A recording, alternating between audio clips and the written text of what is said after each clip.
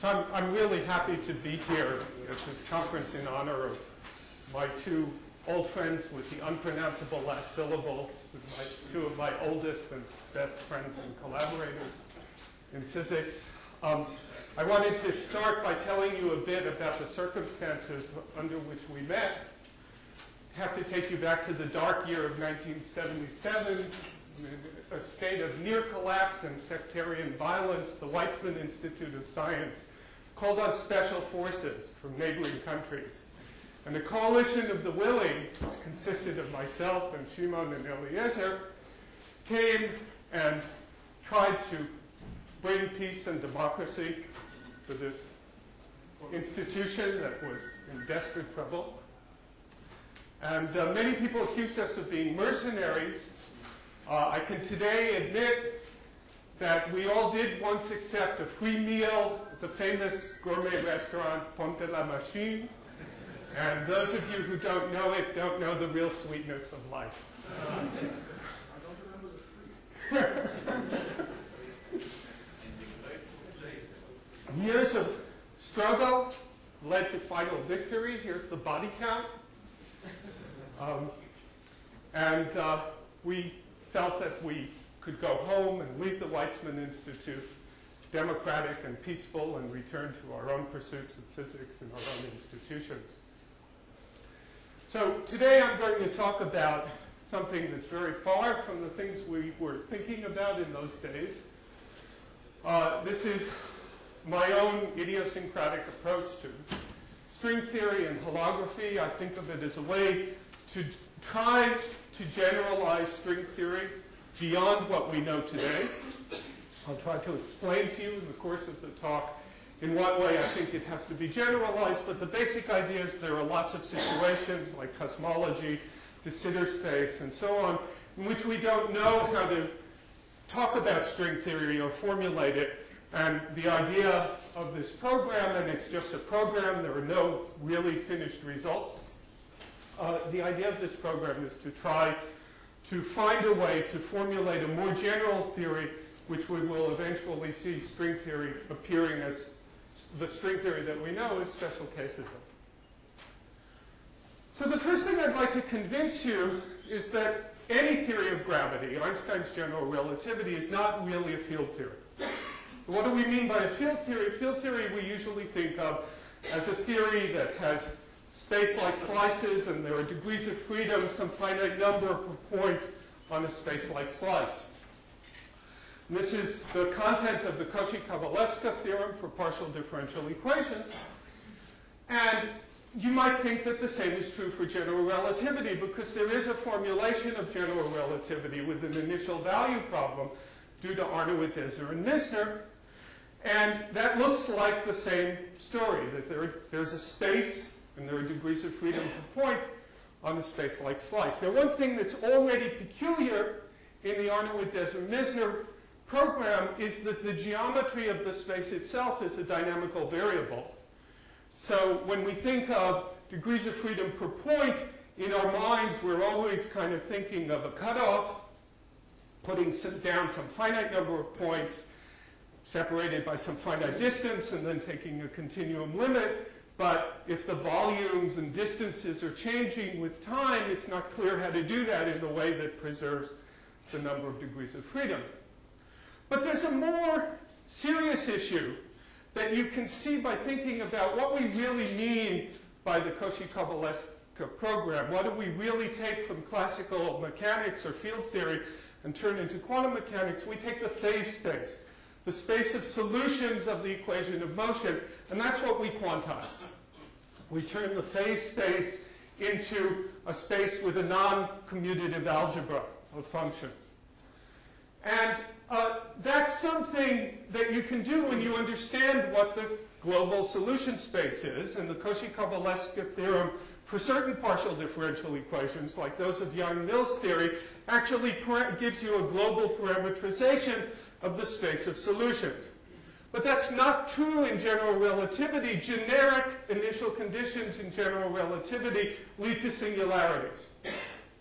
And there are no global existence theorems. And until we understand global existence theorems, we won't have a real clue as to what the space of solutions is. How do we decide which solutions are too singular to consider, which we should consider as part of the same quantum theory? Cosmic censorship, which I emphasized to you, is just a conjecture, even after many years of search, gives a possible answer to this question that applies to spacetimes whose geometry is infinite and is frozen at infinity to be asymptotically symmetric, like asymptotically anti-de Sitter or asymptotically flat spacetimes.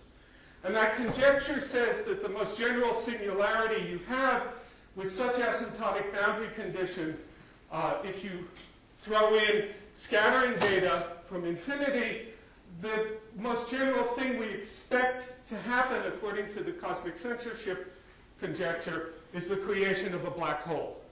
I think the success of string theory of formulating a consistent quantum theory of gravity on such background suggests that the cosmic censorship conjecture is correct. Of course, that's not a mathematical proof. But I'm going to take from this a clue that when we ask the question, what are the intrinsic degrees of freedom?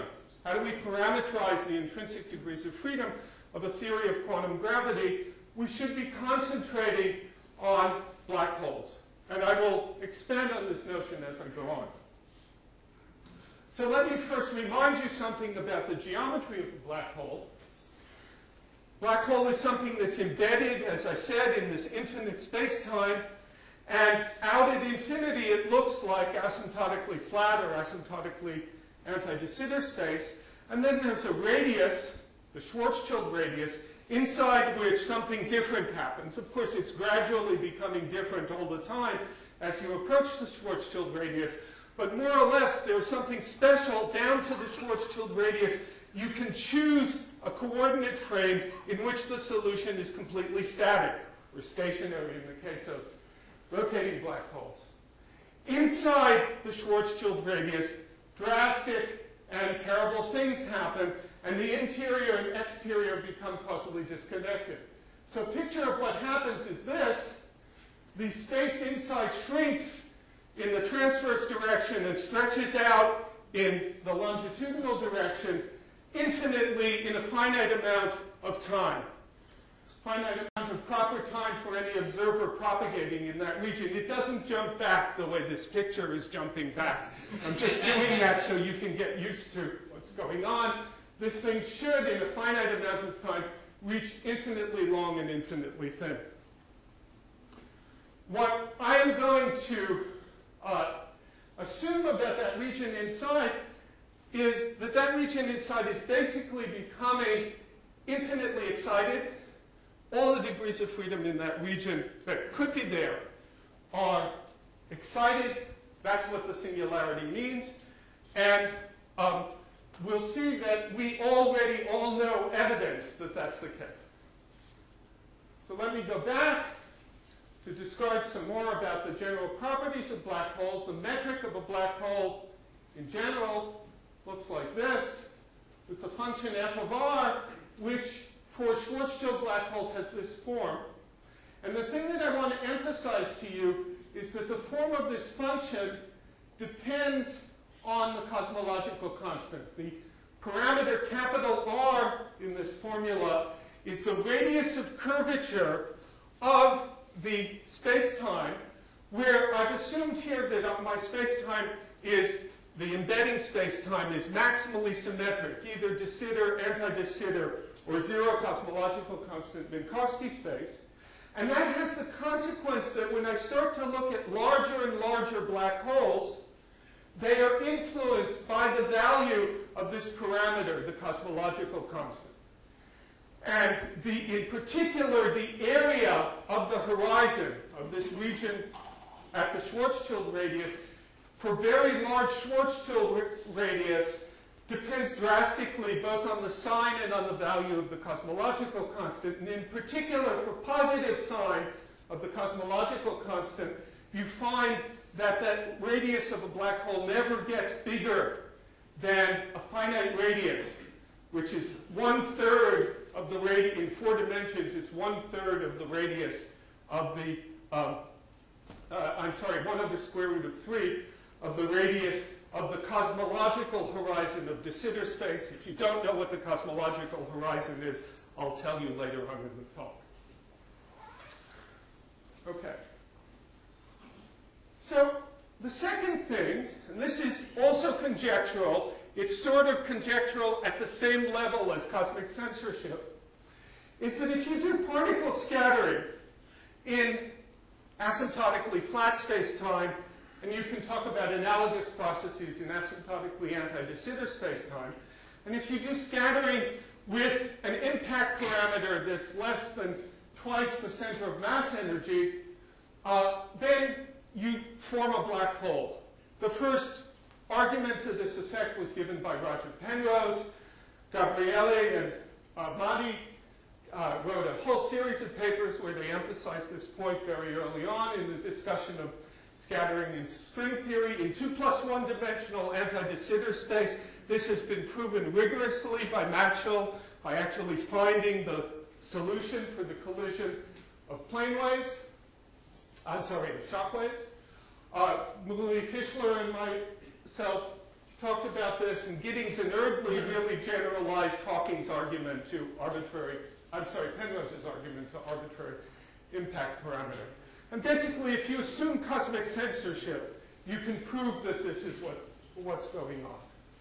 So that tells us that when you do the kind of thing that in field theory we've come to realize is the way to probe degrees of freedom, by going to very, very short distances, something dramatic happens that is very different from what happens in field theory. Namely, once you get down to distances that are short enough, that whole concept of associating high energy, large momentum transfer with short distance is wrong. And that instead you form black holes. And as I said, black holes are big for high energy. And the black hole radius grows. And there's a deep connection between ultraviolet scattering, which we've come to think of as a probe of the degrees of freedom of our system, and the infrared properties of space-time. This is sometimes called the UVIR correspondence. That term is used more generally. I think this is the proper general understanding of the UVIR correspondence in any theory of gravity, and in particular in string theory. So what are the consequences of this for counting degrees of freedom? Well, the answer to that comes from another remarkable fact that all of you know. Namely, Bekenstein and Hawking proposed that black holes have entropy. And what that entropy meant exactly was rather mysterious. It was shown by various semi-classical manipulations to behave like an entropy in thermodynamic processes. We're used to interpreting entropy as a counting of the logarithm of the number of states of a system in quantum statistical mechanics. So it was assumed that in some way this would also be a counting of the states. And that's what I'm going to assume. And in fact, in ADS-CFT and the other countings of black hole entropy in string theory that we've gotten that basically rely on ADS-CFT, we've basically proved this conjecture for a large class of nearly supersymmetric black holes. And in some cases, people have argued that you can push that and understand the entropy of all black holes in the same way. Now, Feynman and Wilson have taught us about quantum mechanics in general, quantum field theory in particular, that really understanding what the theory is understanding what's going on at high energy. In the Feynman path integral formula, the key assumption that Feynman always makes, from which one derives standard canonical quantum mechanics, is that at very, very short times, the path integral is dominated by a Gaussian path integral with the free field part of the action. And that's the essential step by which Feynman derives ordinary quantum mechanics from the path integral, Wilson realized in quantum field theory that's not always true, but the analogous statement is that the definition of a quantum field theory is again determined by its high energy behavior, high energy and short distance behavior, that in that case the definition, the more general definition is there's some conformal field theory, not just free field theory, and that all quantum field theories are infrared flows from some conformal field theory. So given that, and the evidence that I've shown you about black holes, it was natural to conjecture, and I did this at the birthday of another friend, David Gross, back in 2001, that the right way to think about quantum gravity was that the asymptotic spectrum is dominated by black holes, a concept I call asymptotic darkness, and those somehow are what should lead you to the definition of what the theory really is. Now, it turns out, in my opinion at least, that things are a lot more complicated in the case of gravity than they were in quantum field theory, and understanding the qualitative properties of black holes is not quite enough to completely understand what's going on, and you'll see that develop as I go on. Now, there's another implication of this whole set of ideas, which I believe is an implication, at least, of this whole set of ideas, which speaks to a topic that I'm not going to talk about much here, but a topic that will be much and has been much talked about in other talks, namely the question of the string landscape. The string landscape is based on a concept from quantum field theory, the idea of an effective potential which determines, by looking at its minima, different infrared realizations of the same ultraviolet quantum theory. You take a theory, it's defined by the short distance expansion, by a certain flow from a conformal field theory, and then it turns out there are different sectors of that theory which differ only in the infrared, and the difference between them is the difference between what we call different ground states of the same quantum field theory. These ideas lead you to think that that concept is not valid in any theory of quantum gravity, because, as I told you, the high energy spectrum, which is determined by black holes, depends crucially on a parameter that we've conventionally thought about as infrared, namely the cosmological constant, which determines the large-scale structure of space-time. And the crucial point here is that in quantum field theory, high energy really has to do with short distances, and in quantum gravity, high energy has to do with long distances, not deep. Would you say the same also if the barrier is small? Sorry? Would you say the same also in the case where the barrier is small? Yes. No matter how small it is? No matter how small it is. And I've written papers about that, which you've even read.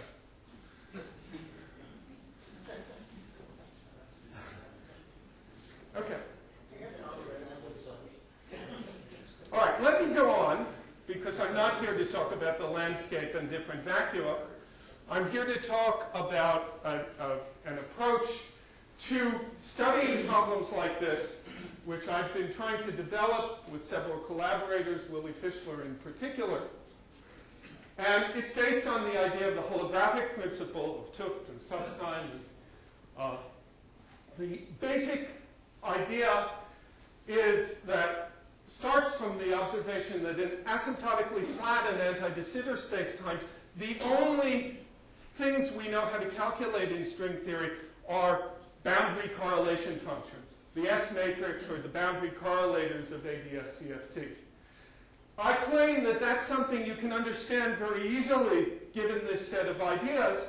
The reason you can't talk about localized things in space-time in a general way is because any local place in space-time could be swallowed up by a black hole, and at high energy will be swallowed up by a black hole. And so you can't talk about it in any invariant way.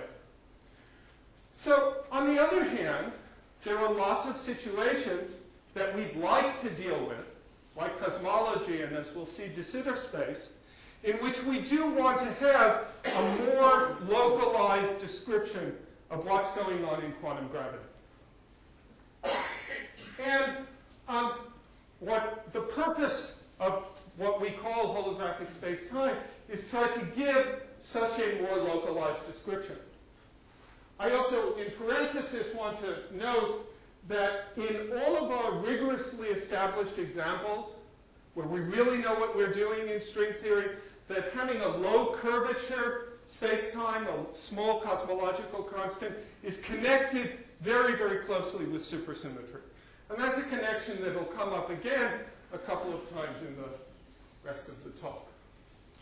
So here's the basic idea of our approach to a local description of quantum gravity. The basic concept from a space-time point of view is what's called a causal diamond.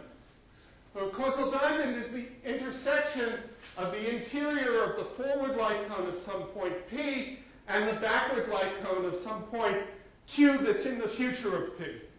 So here's a typical causal diamond drawn just in 2 dimensions. You have to imagine a sphere sitting over each of the points on this diamond.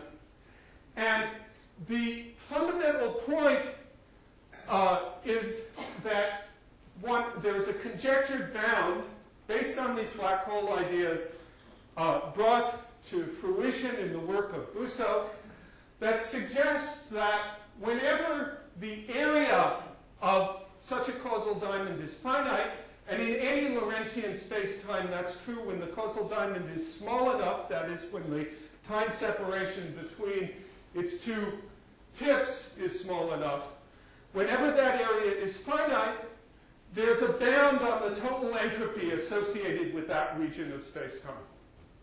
Now, what could we mean by the total entropy? Entropy in quantum mechanics has to do with some density matrix. What density matrix could we possibly have that's extremely general? So somebody might suggest a thermal density matrix, but if you say a thermal density matrix, you're making reference to a particular Hamiltonian. And one of the key points of general relativity is that unless I have infinite asymptotic boundaries, there are no preferred Hamiltonians. The theory has time reparameterization invariance. So Fischler and I decided that the only general thing you could assume that this entropy bound was applying to that would apply generally to all space-time is the entropy of the maximally uncertain density matrix. That is to say, the logarithm of the total number of states in the Hilbert space that describes all measurements that can be done in this causal diamond. And that gives you already a way to start thinking about geometry of Lorentzian space-times just using quantum mechanical concepts. Dimensions of Hilbert spaces are related to areas of the maximal surface on the boundary of a causal diamond. The holographic screen of the causal diamond, as I said, has a finite area. Let me just tell those of you who don't know how this is defined. You take the causal diamond, you start slicing it, looking for space-like slices of the boundary of the causal diamond, and you try to find the slicing that maximizes the area of the causal diamond. If you find that slicing, that area, according to Busso, should be a bound on the entropy of the, that area in Planck units divided by 4 is a bound on the entropy in that causal diamond. Now, inherent in this claim is already a source of ambiguity, which for us is the quantum origin of this idea of general covariance that I just told you about. I was telling you that if I have a localized region of space-time, then it only has a finite number of states. In quantum mechanics, in order to perform measurements, a whole concept of measurement theory in quantum mechanics depends on the existence of machines that behave to a better and better approximation like classical objects.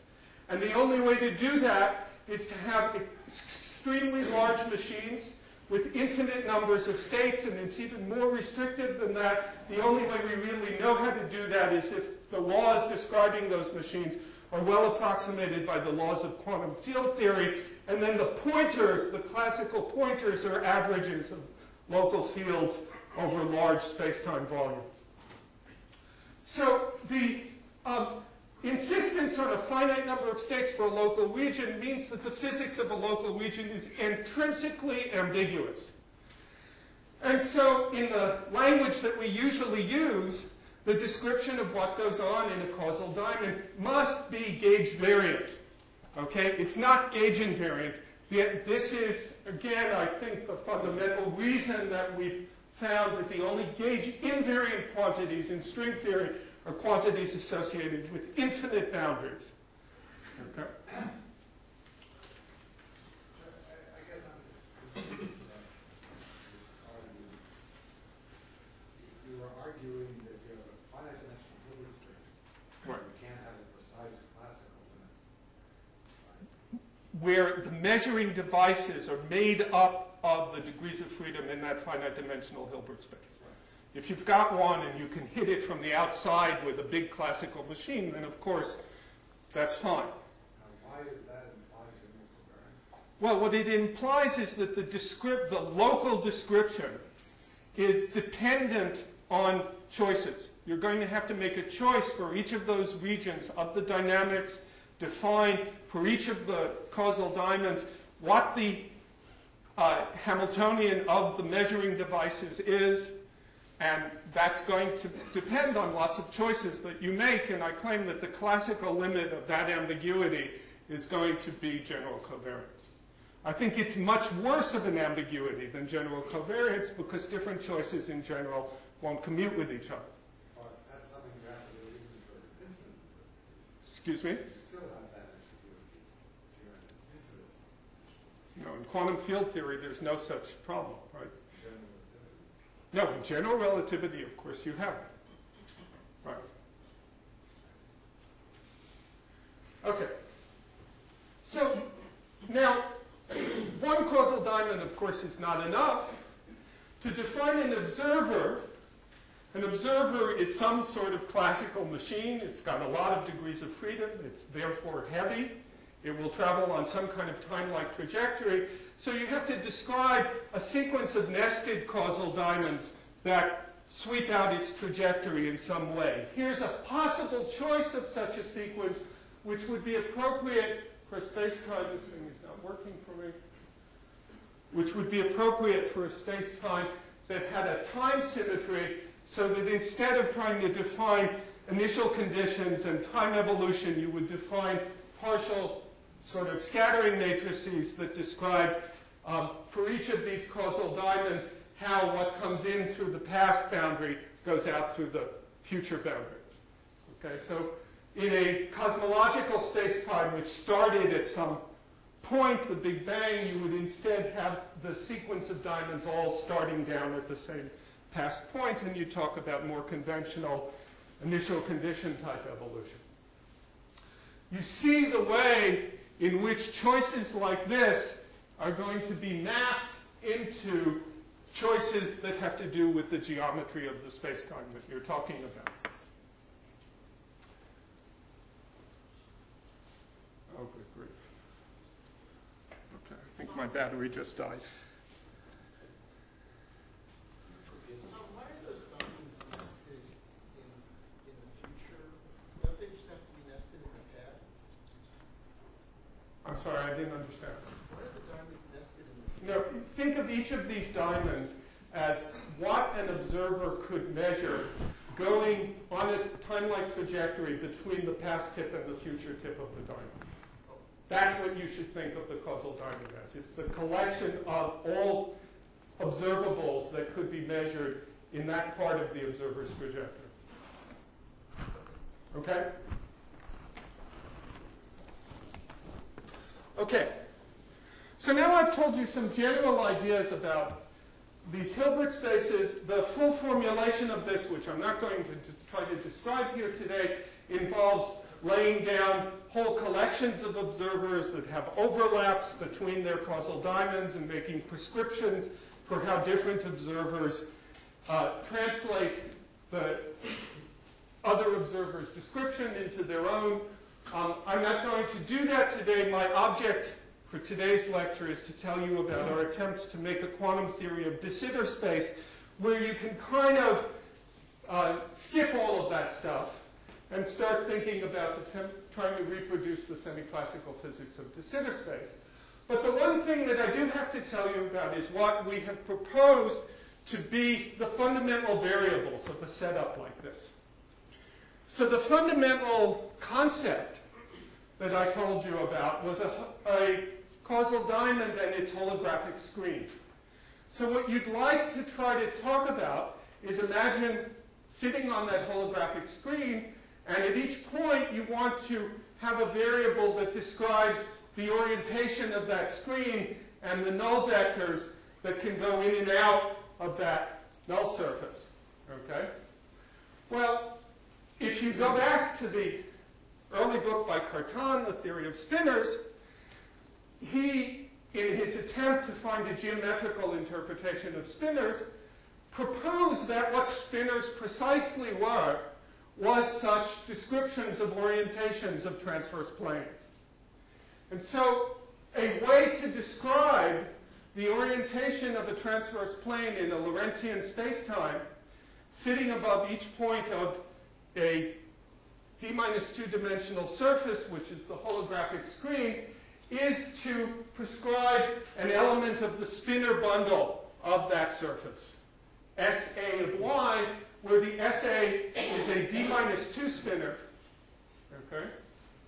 And just very cursorily, the way you relate that to orientations is by looking at the fermion bilinears, which, as we know, are antisymmetric tensors, which are describing transverse planes of various dimensions in spacetime. Okay? So this is a relation that's usually called the Cartan-Penrose equation. Roger Penrose used it in his theory of twistors. Now, in our proposal, a holographic screen is only supposed to have a finite number of degrees of freedom.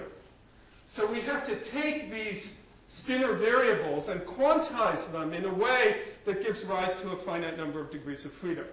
In order to do that, you have to do two things. Number one, you can't think about a continuous spinor bundle over a continuous geometry. You have to, in some way, pixelate the geometry. So, for simplicity, think of the pixelation as, drawing little rectangles, if I think of the two surface, on the two surface and having only those rectangles define the geometry. There's an equivalent way of saying that which generalizes, which is to say that you're replacing the algebra of functions of the holographic screen, continuous functions from the holographic screen to the real numbers, you replace it by a finite dimensional algebra. Okay? And that more general definition of pixelation allows you to have pixelations that can actually preserve continuous symmetries. And I'll be talking about one of those in a minute. So let M and N represent pixels on the holographic screen, and then try to write down commutation relations of these variables S, which give rise to a finite number of states. And let me insist that the commutation relations be invariant under rotations in the d-2-dimensional plane. Well, there's essentially one minimal way to do it, which is to take the S's to be to form the Clifford-Dirac algebra, okay, with spinor indices. I've stuck on other indices, I and j, besides the spinor indices, and those represent the fact that our description of causal diamonds is supposed to refer only to the non-compact dimensions of space-time. The I and j labels here have to do with compactification, and let me admit up front that we have almost no information at all about how to deal with the compactification problem, though, as I'll show you at the end, it's absolutely crucial to make this whole program work.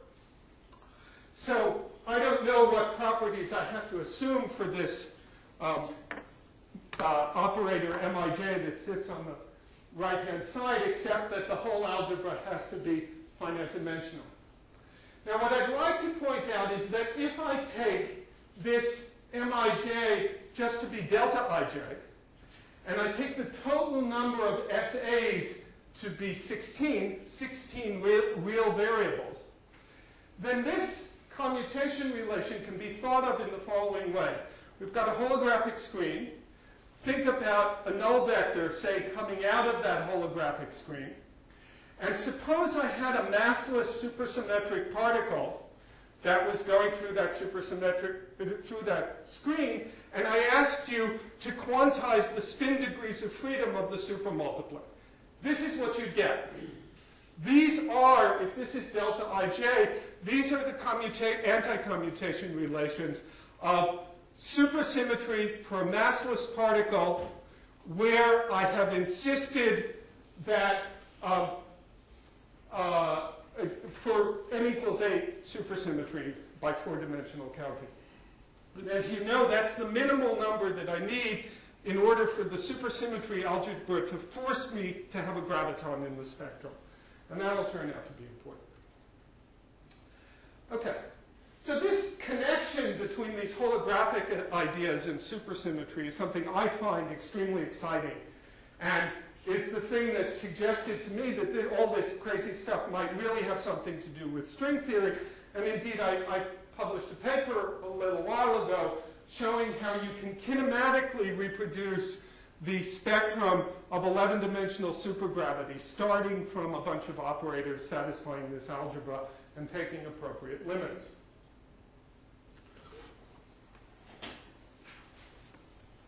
Okay.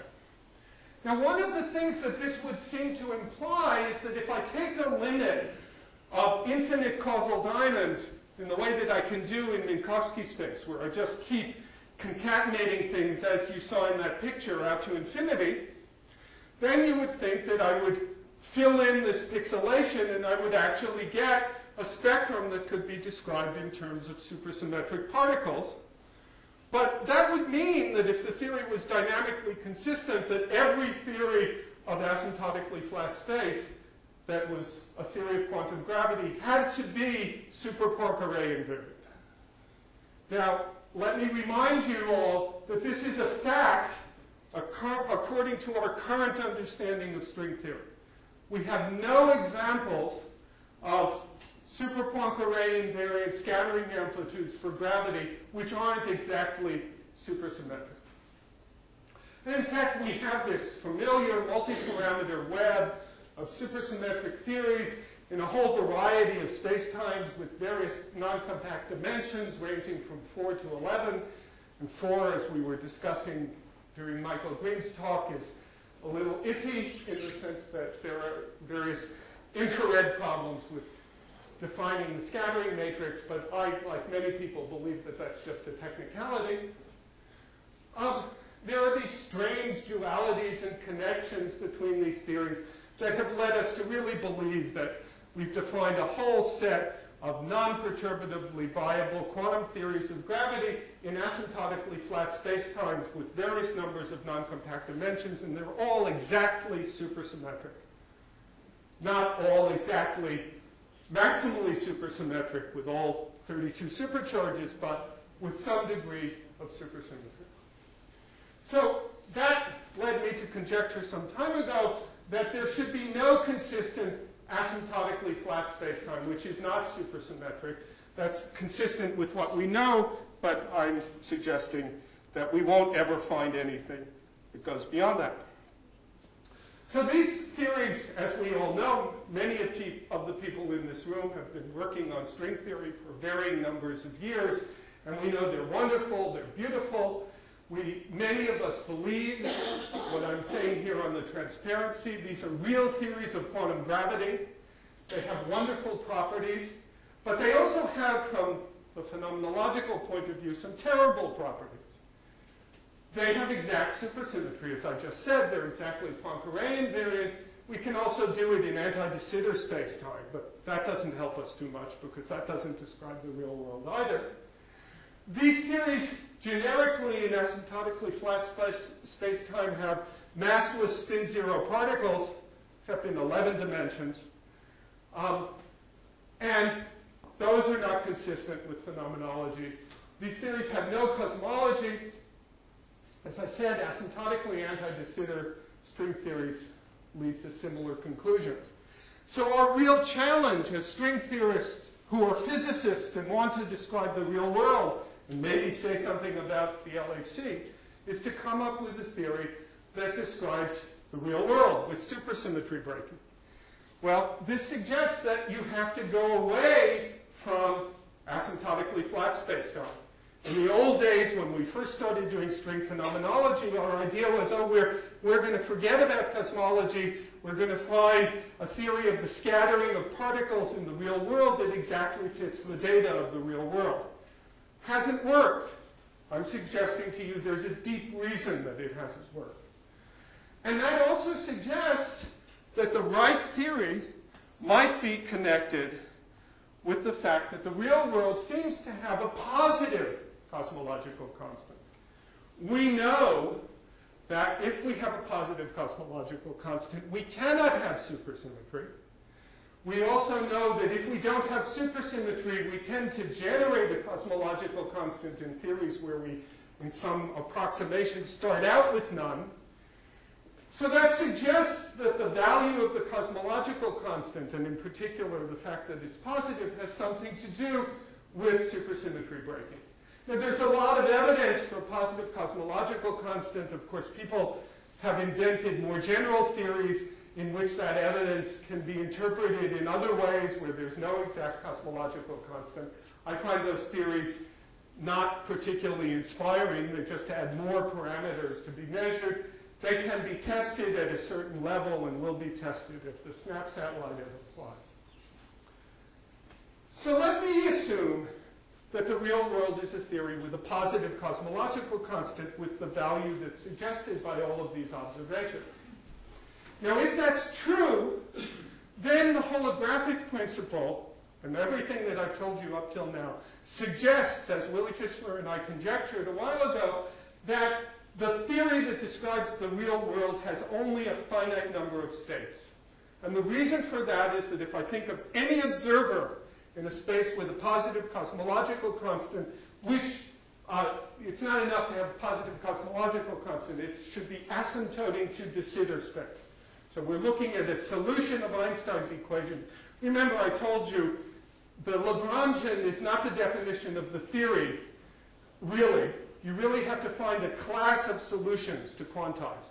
I'm suggesting that the class of solutions that describes at least the future evolution of our world is the class of solutions that becomes asymptotically de Sitter in the future, and that the analog of our old program of finding an exactly Poincare invariant theory that will describe particle physics is to find the theory that describes de Sitter space. Forget about early cosmology.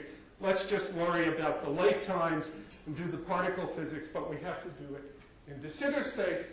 And then in de Sitter space, no observer sees a holographic screen of more than a maximal area.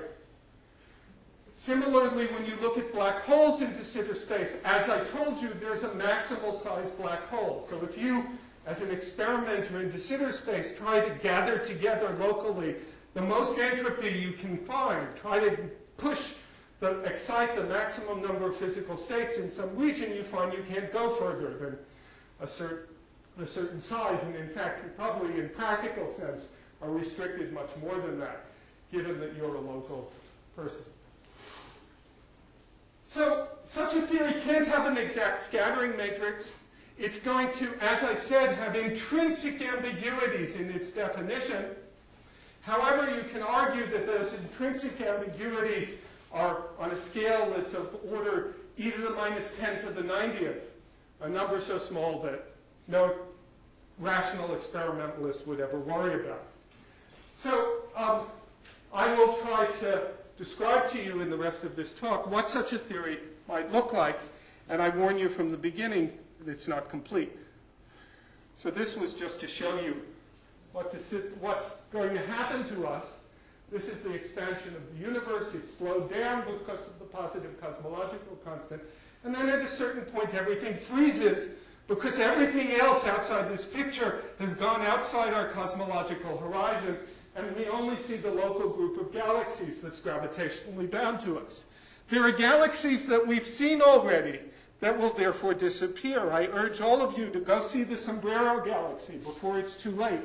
It's not gravitationally bound to us. Eventually, you should live so long, we won't be able to see it anymore. Okay. So, enough jokes. What does the quantum theory of de Sitter space look like? As I said, the holographic principle implies a finite number of states. Our general philosophy with spinor variables, we implement in this particular case of four-dimensional de Sitter space in the following way. The holographic screen for the cosmological, the maximal cosmological causal diamond in de Sitter space is a two-sphere. Now, there's a famous way of pixelating the two-sphere called the fuzzy sphere. And what you basically do is you take functions on the sphere and you expand them out in spherical harmonics and cut it off at some L. There's a fancier way of saying it, which is much more satisfying. If I take the space of n by n matrices, okay, then you know there's a representation of SU2 on each index of the matrices, and the space of all n by n matrices, which forms a nice algebra, okay, is a representation space for SU2, which only has a finite number of spins in it. Similarly, the spinor bundle over a sphere described in such a non-commutative fuzzy way is a bunch of objects that transform as a matrix under SU2, only in this case it's an n by n plus 1 dimensional matrix. That is the thing that in the limit that n goes to infinity approaches the spinor bundle over the sphere. So it's the spinor bundle over the fuzzy two-sphere. And then if I do that, and I quantize, as I told you to quantize by anti-commutation relations, and I complexify things. Previously I showed you real spinors in 2 dimensions. You know, it's always, you want to take all representations of the rotation group, which is SO2, and make them irreducible. So you take complex linear combinations. That's the chi and chi star here. And they satisfy these commutation relations, which look like creation and annihilation operators. And there are 2 to the n times n plus 1 states. So for large n, the entropy of this Hilbert space scales like n squared, and therefore you want to take n to be proportional to the radius of de Sitter space in Planck units. Now, we're going to talk about de Sitter space. As I told you, if you wait long enough in de Sitter space, everything appears to freeze and become static around you. There's a static, the entire causal patch of any observer in de Sitter space has a static time-like killing vector.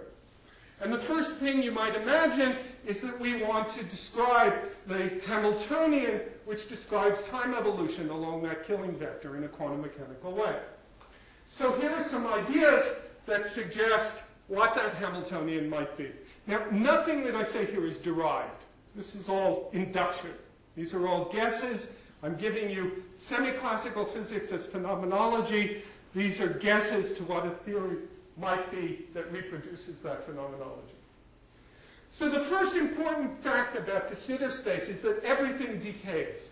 Every localized object you can put in de Sitter space decays.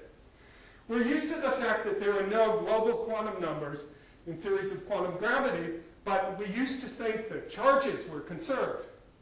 But in de Sitter space, if I put an electron at the origin, then if I look at the solution for the electron interacting with the electromagnetic field and gravity in de Sitter space, I find that on the cosmological horizon of that electron, there's a positive charge density that exactly cancels the electron charge.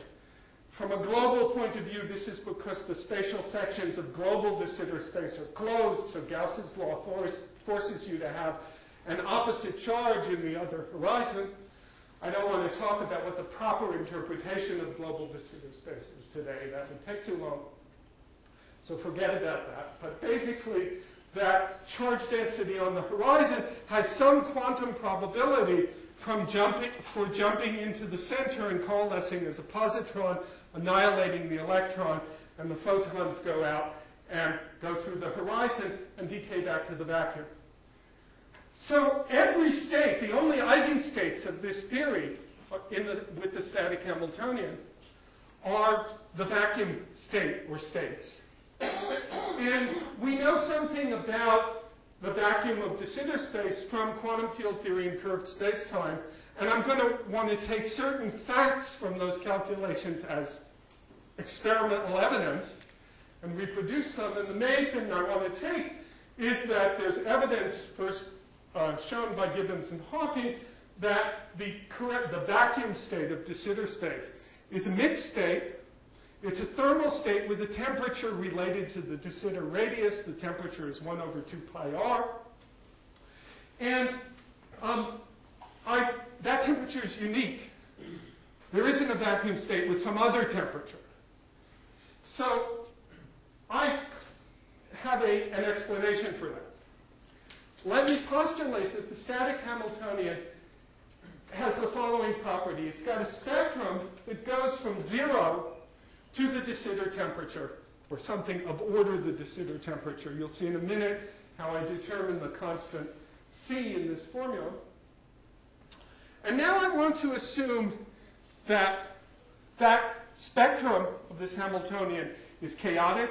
It's a random Hamiltonian with this spectrum.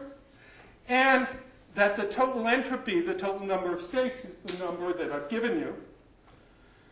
And if H is a random Hamiltonian, then the Neogothic Theorem, which applies to random Hamiltonians, implies that if I take a random initial state in the Hilbert space of that Hamiltonian and just act on it with the Hamiltonian, the state will thermalize.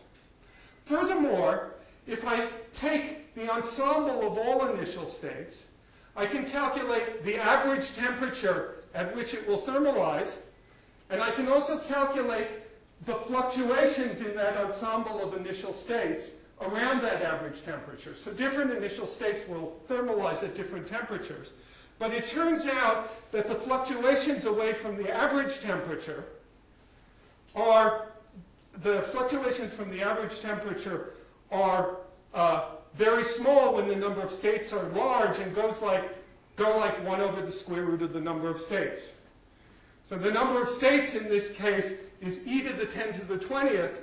That's a negligible correction. I claim that the semi-classical approximation has to do with neglecting those fluctuations and saying there's a unique temperature. And then obviously if the spectrum is bounded, as I told you, and I choose the constant C appropriately, the average temperature will be the de Sitter temperature. So if you told me what the random ensemble of Hamiltonians was that I was talking about, then I would be able to calculate what C I needed to impose in order to have the average be the de Sitter temperature. And I would tell you that's a good model for de Sitter space. But this is totally crazy. In quantum field theory and curved spacetime, we generally imagine that this static Hamiltonian has something to do with the Hamiltonian that we're actually measuring as we go about as observers in this de Sitter space. We measure all kinds of energies, particle masses, and so on. And quantum field theory and curved spacetime seems to indicate that those energies are eigenvalues of the static Hamiltonian. But there's a mistake being made there. The way one comes to that conclusion in quantum field theory is one takes the de Sitter radius to infinity, looking at the action of the generators locally on localized objects in quantum field theory in that fixed spacetime. That's the wrong way to define generators in general relativity. We know that in general relativity, you only define generators on the boundary. And if you look at the action of the de Sitter generator and the thing that becomes the generator of static time translations for an observer sitting in this causal diamond in the Minkowski limit, they act on the boundary in a completely different way. Okay? It's an exercise I won't do for you here. But there's a different Hamiltonian, P naught, and that boundary interpretation, if you do the geometry, would lead you to suggest that these two Hamiltonians don't actually commute with each other, but sort of satisfy a relationship like this. Now that's really not possible if the Hilbert space is finite dimensional. You can't represent these commutation relations in a finite dimensional Hilbert space, but there are plenty of finite dimensional deformations of them. And the important point can be represented, namely that H and P naught approximately commute for eigenstates of P naught which are much less than the de Sitter radius in Planck units. Now, I told you before that there was a bound on the maximal mass of black holes in de Sitter space. That bound is of order the de Sitter radius. Okay? So what I would like to claim is that to describe de Sitter space, in addition to the static Hamiltonian, we need another Hamiltonian which commutes with it when the eigenvalue of P naught is small, doesn't commute with it when the eigenvalue of P naught is of order 1 in radius units, and that P naught then approximately resolves the degeneracy of H, and P naught eigenstates won't be stable under H evolution, but they will be approximately stable if they're sufficiently small. My claim is that P naught is the thing we should associate with particle masses, black hole masses. Now, there's a way to check that. Again, using semi-classical evidence as fact, what we really calculate in quantum field theory and de Sitter space is that the density matrix is thermal in P naught. I told you the density matrix will be thermal in H. How could those two things be equivalent? Well, if I look at R very large, so the temperature is very low, so that the de Sitter density matrix is almost the unit matrix, what this implies is a relationship between the eigenvalue of P naught and the entropy deficit of the subspace of states that have that eigenvalue. So you look at an eigenspace of P naught and you say, okay, what's the degeneracy of this subspace and how does that compare to the degeneracy of the entire de Sitter space? Okay? And you can get thermal behavior in P naught for small P naught if the P naught eigenvalue is related to the entropy density deficit.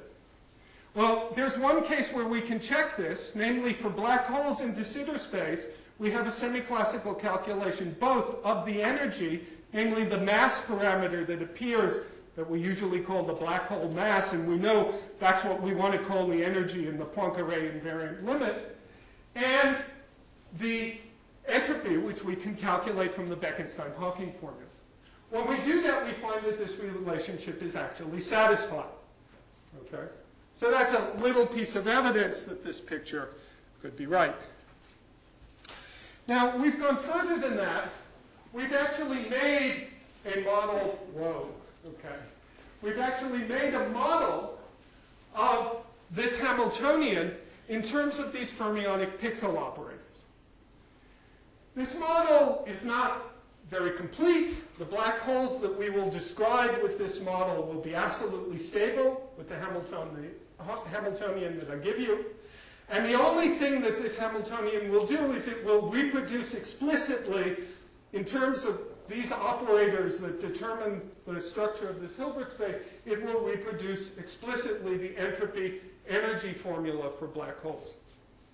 So what you do is you take the operators chi and look at states that are annihilated by chi IA, where I said this wrong in this sentence. I runs between 1 and a number m, which is of order n to the n divided by square root of 3. And A runs between 1 and a much larger number that's determined in the following way. If you look at a black hole in de Sitter space, it has two horizons, the black hole horizon and the cosmological horizon. And as you bump up the mass of the black hole, the cosmological horizon comes down and they finally meet for this maximal black hole. And the relationship between the range of A and n is given by solving that same equation, taking greatest integer solutions. So I didn't write this right on the transparency. And you have to choose a basis for which you're going to do this. And then I claim the following Hamiltonian. Here's a formula for P naught, in which I've used n is just the fermion number operator of this whole collection of fermions. Now, when you look at the set of all the states that satisfy this relation, they're, of course, all eigenstates of this Hamiltonian exactly. They don't all have the same eigenvalue. But there's a huge number of them, and so you can calculate the average eigenvalue and the fluctuations. And the average eigenvalue satisfies the correct relationship between black hole entropy and energy, and the fluctuations go to 0 rapidly as n goes to infinity. And so this is our model of black holes in an approximation where black holes are exactly stable. I sometimes call this the asymptotic darkness approximation, relating to those older ideas that I told you about. So that's how we describe black holes. Let me finally end up by telling you about our attempt to describe supersymmetric particles. There's a heuristic argument that goes as follows. Take a field theory in de Sitter space in one horizon volume and try to calculate the maximal entropy that you can excite in that field theory without making black holes that are as large as the horizon. So you want to throw in a bunch of particles, and in a field theory you maximize the entropy by going as near the cutoff as you can in momentum space and fill it up with particles. And then you say, okay, if you've done that, you've got a certain amount of energy, and so that'll create a black hole with a certain Schwarzschild radius, and you want to make sure the Schwarzschild radius is much smaller than the radius of the total de Sitter space. And doing that, you find that you have to put a very low momentum cutoff to maximize the entropy, and that the maximal entropy that you can get is of order n to the 3/2 rather than the total n squared entropy of de Sitter space. You can think of that as the best localized way to think about all the entropy of de Sitter space is to imagine that de Sitter space really only has n to the 1/2 horizon volumes, even at very late times, even though classical physics seems to give you an infinite number of horizon volumes. And if you have n to the 1/2 independent horizon volumes described by local field theory in this way, you can account for all of the entropy. So now I want to see whether in our pixel description we can reproduce that counting and find something that behaves like particles, and we can. The way you do it is you take your fermionic matrix and group its matrix elements as follows. You make bands where all the blocks labeled by a given integer, okay, are considered to describe the degrees of freedom associated with a single horizon volume. Different bands are different horizon volumes. And you want to maximize the entropy in this kind of decomposition. You do that if k is of order n to the 1/2, and then it turns out that the number of degrees of freedom associated with a single horizon volume is the entropy, rather. Yeah, the number of degrees of freedom is n to the 3/2. So our description of the particles in a single horizon volume are the blocks in one band. Of course, all the bands are equivalent to each other, roughly. And all the blocks in a single band here. Then something interesting happens. If you're an aficionado of matrix theory, you know that this kind of setup has a natural permutation gauge symmetry that interchanges these different blocks, which is naturally interpreted as particle statistics. Okay? And so the challenge is to show that if I look at just a single block like that, I can reconstruct from that block the Hilbert space of a single supersymmetric particle multiplet. And in a paper with Alex Maurice and Tomeo Fiol, we did this. Let's see, where did I describe that? We did this. We showed the derivation is too complicated to give in the negative number of minutes I have left. And we showed that we did, in fact, get in the n goes to infinity limit a description of this just the diagonal band in this system as a Fock space of supersymmetric massless particle multiplets. The problem was they were forced to be chiral multiplets. We were trying to construct a theory of gravity. We did not succeed in getting gravitons. Our belief is that the reason for that is that in order to get gravitons, you really have to have the compactified dimensions, the extra fermionic generators that allow you to generate higher spins than a half. If I had done the algebra here, you would have seen simply why we couldn't get higher spin than a half out of what we were doing. If we have multiple fermionic generators for blocks, we can. The challenge is to do that in a way which doesn't get exact n equals 8 supersymmetry. You'd like to do it in a way that only has n equals 1 supersymmetry, and we haven't yet met that challenge. So to quickly summarize, despite the fact that John is about to kill me, supersymmetric quantum theories of gravity abound. They're beautiful. Most of us are string theorists and love them. Many of them have properties that are tantalizingly close to our real world, but they're not our real world because they're supersymmetric, because they have modulo. The real world isn't supersymmetric, and I think there's evidence that it doesn't have the kind of S-matrix formulation that these theories all have. I interpret that as evidence that it has a finite number of states. I'm talking about the evidence for a positive cosmological constant. The challenge is to find a consistent quantum gravitational system which violates supersymmetry in a space-time of low curvature, and to understand the relation between the splitting and supermultiplets in the cosmological constant. Now, in this description of supersymmetric particles, I showed you the way in which the square root of n made a natural appearance in the description. And so the natural corrections to the supersymmetric relations that will come in will go like 1 over the square root of n. The square root of n in cosmological constant units, 1 over the square root of n, is the 1/4 power of the cosmological constant.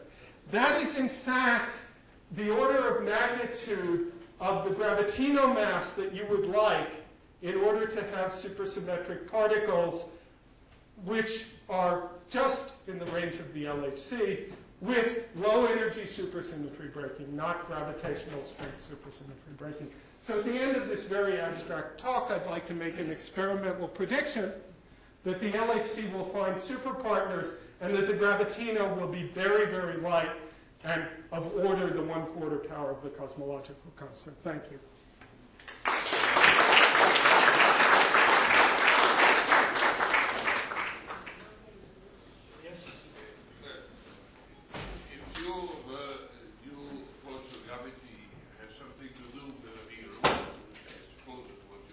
Yes, sir. What will happen when the microwave background temperature will approach, or will go lower actually, than the temperature of the de Sitter space? Then we'll start to see the de Sitter temperature. That's what you think? Yeah. I don't think that that's right. Because you would think also that the galaxy will just freeze at that time at be in thermal equilibrium. Excuse me? What happens with... Our local galaxy? Of course not. Our local galaxy will continue to contract. It'll eventually become a black hole, and its radiation will go out. Contract? Why contract? Our galaxy? No, Okay. I mean not the local one. I mean just the background of matter. The expansion of the universe. Right. The universe will expand. Yes. Okay. The photons in the microwave background will redshift away to 0. Right. The galaxies that are here will stay around for a long time, but our local group is gravitationally bound. And it can emit stuff that will go out through the horizon. Because of that, it will slowly start to contract and eventually form a huge black hole. That black hole will Hawking radiate. At the end of the day, there will be nothing left but the de Sitter background. Okay. Now, I agree that before that occurs, it'll be a big experimental challenge to actually measure the de Sitter radiation, because the typical wavelength in the de Sitter radiation is the whole. Okay. So if you were asking an experimental question, I agree. Yeah, but the temperature of the background radiation essentially will just go down to zero. Yes, that's right. Sure. Absolutely. Yes. M3 half is lambda to the 1/4. What's the splitting between the electron and the electron? I mean, there are constants of order 1 that I can't calculate, but it's roughly in the TeV range. But how can I do this? With M3 half is so small. It's F over M Planck. So F is delta Suzy squared. Okay. And divide that by 2 times 10 to the 18th GeV. Sorry? Sorry? With lambda to the 1/4 for the lesser value of the Smallman constant is far too small. It's not been observed. No? No, it's 10 to the minus 3 electron volt. Yeah. It should not have been observed already. 10 to the minus 3 electron volt gravitino? Why should it have been observed? Absolutely not. The gravitino? No. There are proposals that gravitinos like that might be seen at LHC. Fabio Zwerner and collaborators. But not yet. Will you agree with the following statement? That the Hawking temperature that you can use it in a sense to compute the number of degrees of freedom of the patch or whatever, but not as a real temperature, because if you would try to measure it, of course you won't be there when you won't be there, everything like this, but let's suppose God is there, sometimes believe that. So, but if you want to measure it, let's suppose with a gas thermometer or anything like this, you have to prevent the expansion in order to measure it. If you just take an object which is not in the, let's say, in the center of your patch, it will expand. And it will not feel the temperature. The temperature can only be felt if you are in the static situation, and therefore you have to exert the pressure on the system in order to heat it at the temperature. You can calculate the probability in de Sitter space that a photon of a certain wavelength will come out of the horizon, enter your patch, and scatter off your apparatus. Yes. That you can calculate thermally. It's non-zero. It's extremely small if you have a short wavelength photon that you could actually see. But it's there. It's a non-zero probability. It is there, provided you have a machine that prevents your apparatus to expand. Oh, that's right. Yeah, I'm assuming that the time scale in which there are irreducible fluctuations in any apparatus is much longer than the time it takes to see one of these photons. Much longer. Okay. Yes? I didn't hear Steve's talk yesterday, but I think I know what he spoke about. Can you say a little about how that fits into the picture of your motivational story of the distinct states, of viewing the things you see in the detective action as distinct entities that are governed by some super selection. Right. Okay. So, I don't know. There are two aspects to this discussion, one of which has to do with the question Nadi asked, which I purposely didn't answer, and the other which has to do with Steve's talk. So let me talk about Steve's talk first. So suppose I have a situation like this, where this is our de Sitter space, and this is 0. Okay, and there's some negative cosmological constant. Okay. So if I look at the space of all potentials with that shape in the world, okay, and I do the following exercise. I'm going to add to any potential a constant so that I can dial where this minimum is and dial it down to 0 and ask how things behave in that limit. Okay? Then the space of potentials divides into two classes. And basically the division, one way of stating the division is take the theory of gravity coupled to a scalar field with this potential. Does it have a positive energy theorem or not? And in one of these classes, there is a positive energy theorem. In the other class, there isn't a positive energy theorem. And there's a codimension one wall in the space of all potentials on which there are static domain wall solutions of the field equation that stands at the boundary of having or not having a positive energy theorem. The only things that fit into the kind of picture that I'm talking about are potentials that are above that wall, and that have the property that as I take lambda down to 0, I get a supersymmetric limit. Okay? For such potentials, you can prove that this tunneling amplitude, according to Coleman-DeLucia, goes like e to the minus pi rm Planck squared times a correction which is negligible compared to this in the limit that the de Sitter radius goes to infinity. The time for such decays is therefore the recurrence time, and a consistent picture of such a decay is to say the following. I'm making the same mistake everybody else makes. The thing that you get when you fall in here is not anti-de Sitter space, but a big crunch, as first shown by Coleman and DeLucia.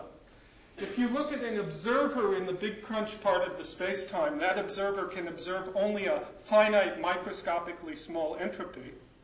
So it is natural to say, given this transition amplitude, that what's going on here is that this transition is a recurrence that has to happen in a finite system where it's something like air collecting up in the corner of the room. The system gets into a very low entropy state. The system will then get out of that low entropy state much more rapidly with a rate that's determined by detailed balance and the difference in entropies between these two things. By the way, the fact that the formula depends on entropies rather than free energies is another indication that the spectrum of the static Hamiltonian is bounded by something of order the temperature. Because the real principle of detailed balance involves free energies, and the free energy is the entropy if most of the states are below the temperature. Okay. So that's some of the models that Steve talked about yesterday might fit into a framework like this, but would have a rather different interpretation than the one that's conventionally given to them. And I don't want to take up everybody else's time, so I can answer Nadi's question privately. So. I suggest